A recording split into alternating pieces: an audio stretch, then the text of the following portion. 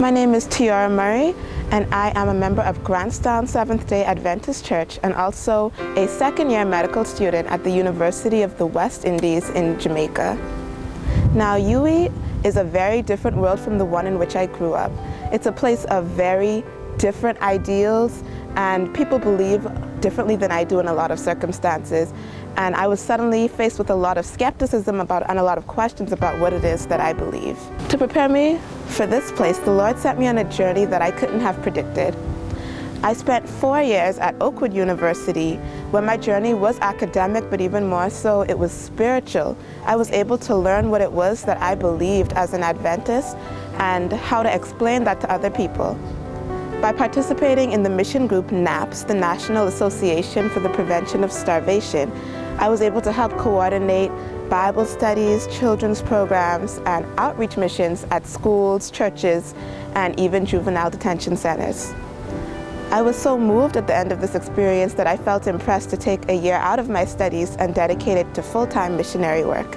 And so me, with a group of 12 other young people, we were able to travel across the world, and this trip ended in a place called Achewib, Guyana.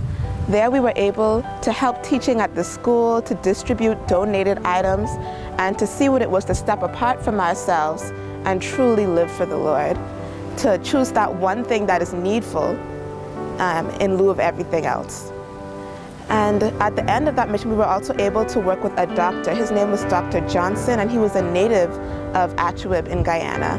He was the one physician who served over 500 people in his village, and he was a truly selfless man, and he inspired me to be a light in my community like he is in his. And he set a high standard that I hope that I will be able to live up to as well. At the end of our evangelistic meetings, he, along with his family, were baptized, and they are now heads of the church that was planted there. And so I praise God for this experience and for showing me how real 1 Thessalonians 5:24 was in my life, that faithful is he who calls you, who also will do it.